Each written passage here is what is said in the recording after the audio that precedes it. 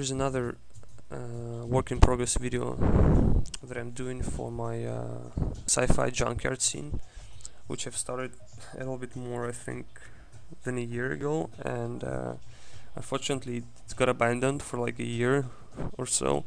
So I actually wasn't working on it for the last, pretty much for the last year. And just recently I had some extra free time, which luckily, enabled me to spend a bit more time on this one, and actually gave me a kick to advance on this scene. So hopefully the following videos will be a bit more frequent on this one, because now I intend to keep working on it, since now someday. So yeah. So after a long break, here I'm actually just wanted to show what I've done so far. As you can see, there's still lots of things missing, and some things are temporary, such as this basic gradient, sky, lighting might change a little bit. Terrain textures are like almost doesn't even count as a texture, because this is just a CG textures, tileable sample anyways. So yeah, that of course will be already done. The water, UDK default water, metal textures are kind of uniform for now, so that all will be fixed in the future. Of course, lots of little props missing and stuff like that. Yeah, I just wanted to do some sort of recap of what was done so far in the composition, because this is just major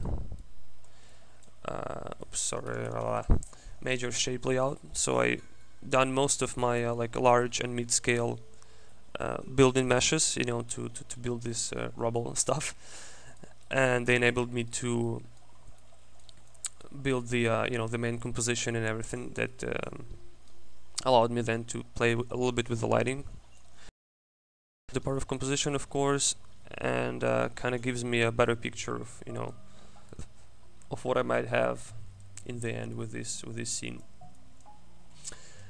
And it's actually quite different from my initial 3D sketch that I was showing in, I think, in the first video related to this scene. The quick 3D sketch that I did in Max here. So first off, of course, my UDK scene is 4 to 5 times smaller in physical dimension than this thing. I don't have a human reference right now placed in the UDK, but my camera is about at the human height right now, so you can see that the scale is much smaller than the one that I had in 3ds Max. Another thing that to me looks cool in this 3D rough sketch here, but eventually the one that I didn't like in the final scene, is the fact that looking over there in this direction, you can see lots of large scale rubble, props, whatever, and they're quite far in the distance. So this gets more interesting view here, but on the other side you don't really get to see details that much. So those could have been really generalized shapes, much simpler shapes, because they're far and covered with fog as well. While on the opposite side, from looking from where you're kind of coming, there's just a huge wall of rubble.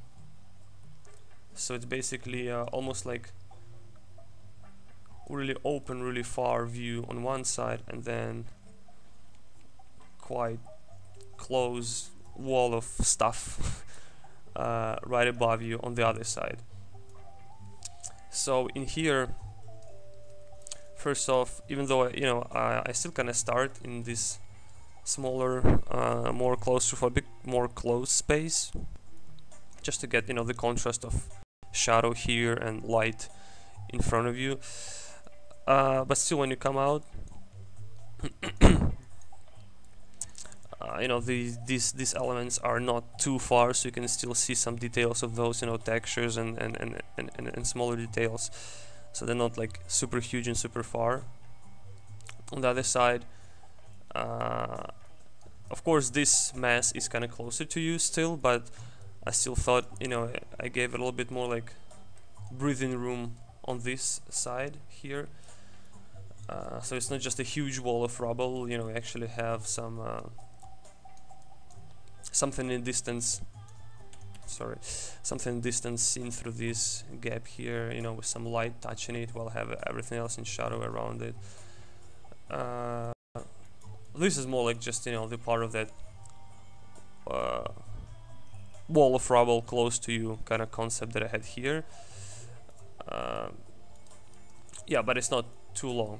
So the same thing here, like still got things that are quite in the distance, and then this element is almost the part of this kind of wall, but not too far, not too close to you, like mid-range. So I also got this water here, much more busy with rubble.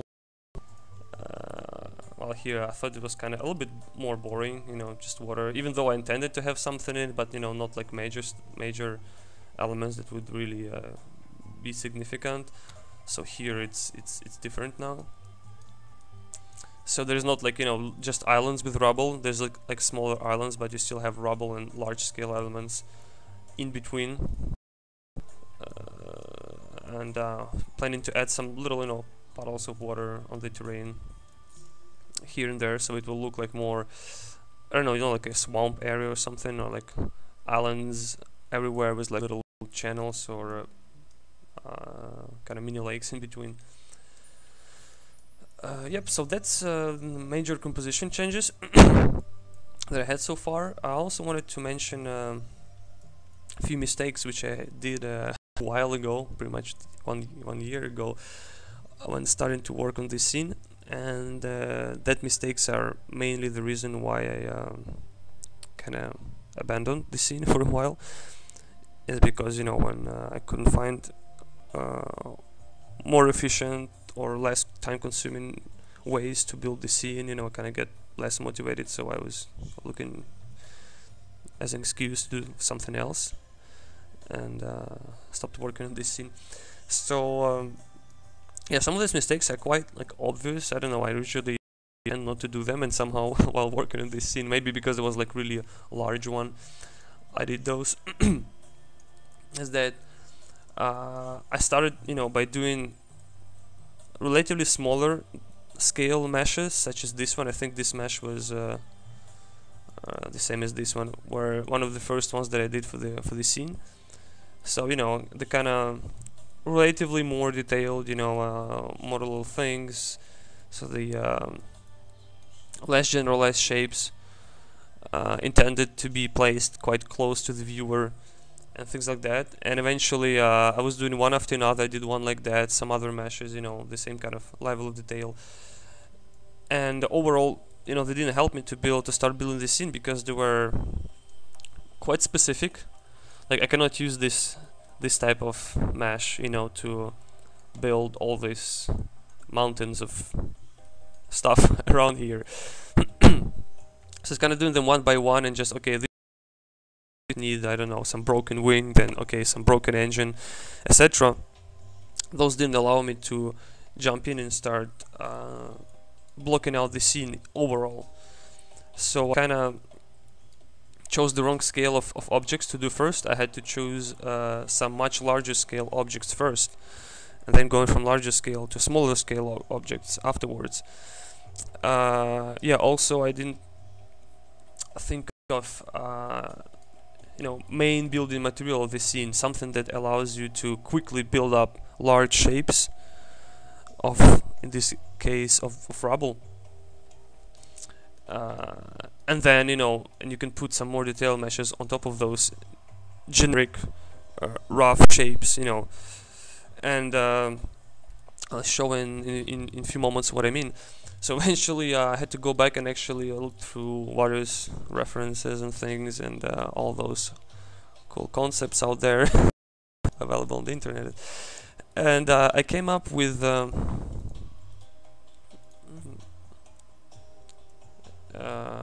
just a sec, there we go. So then I decided to first build like quite rough, well, relatively rough, I mean they're quite huge in physical dimension, and as you can see, they're not super low poly, but I mean, you know, this is like lots of beams and stuff. So basically just this sort of chaotic metal structure meshes, you know, just threw a bunch of beams and alpha textures in it, with some like rough alpha textures in between. So basically just to have this overall techno looking big building block, which I can use, you know, kind of duplicate several times over itself, you know, kind of build large masses, large masses of the rubble quite quickly. So similar ones are this one. This is actually even bigger in size, and I added some solid like panels in it. So this kind of meshes actually, as you can see, can be used like on the sides, on the back.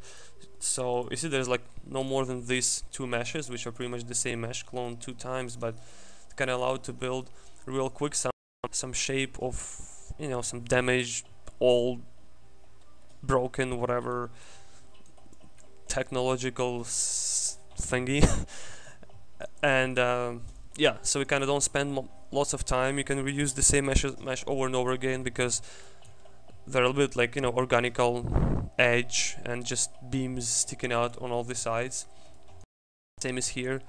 So you see, it kind of allowed me to actually build the large masses quite quickly, so that later I could add well, similar types of meshes like this set of beams here, which is smaller scale but the same kind of, you know, mesh. So basically it can be used several times and then just rotated or whatever, and just build some large mass, you know, of the rubble really quick. And you still get this, you know, see-through fill. So you'll have the volume, as you know, the this old spaceship structures would. So they're not really flat. They're not just, you know, huge cubes. They actually have some depth and volume because of these multiple beams and, you know, alpha polygons. Then on top of them, later I could actually start adding some more specific elements that are like just elements of whatever spaceship stuff. Yeah, so basically that was kind of my what I could learn from my mistakes in the first step. And so now I just wanted to do a quick breakdown of how this layout progressed. So that's what I ended up having right now.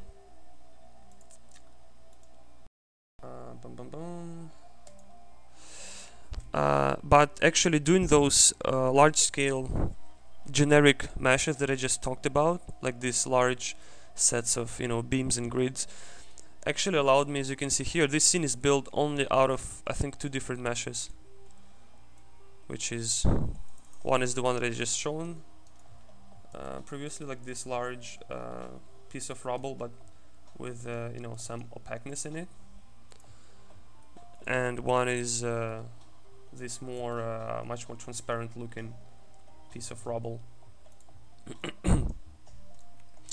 So this is just a generic general layout that I was doing real quick, you know, with these reusable meshes, which, you know, still to have the feel of the junkyard, to have the feel of basically how many of these details I would see, you know, and how they could be placed in the scene.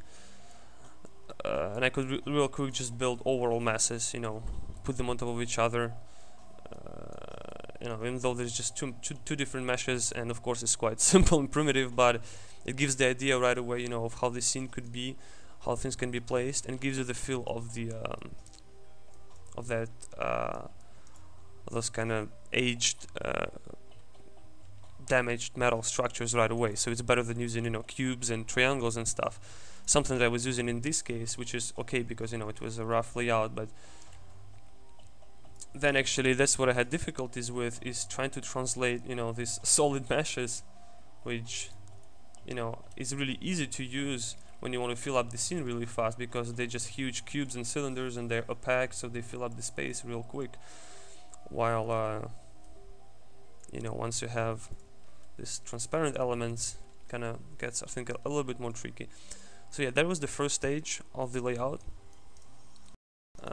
that I did. And of course, as you can see, lighting is a bit still different, the light direction is a bit different.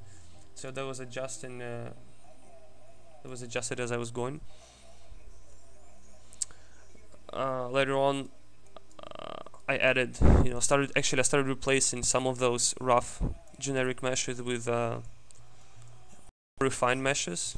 As you can see, this side is still roughly out with the fill meshes, basically, and still this side is quite messy and undecided. So I think I got this one first because I wanted to get the first view, where you would potentially kind of start is like here. So these overall shapes and what you see in front of you. Because first I was thinking this would be my, key visual element, like a little landmark, when you come out, which is natural because, this is the only thing, almost only thing you see through this passage. And I was thinking I will put here whatever, just some generic rubble. But eventually, as this thing progressed,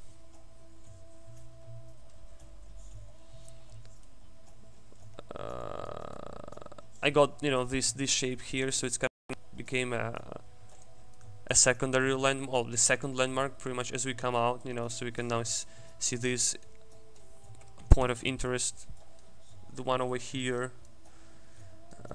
So that's kind of changed. So I pretty much after that reshuffled things a bit, and of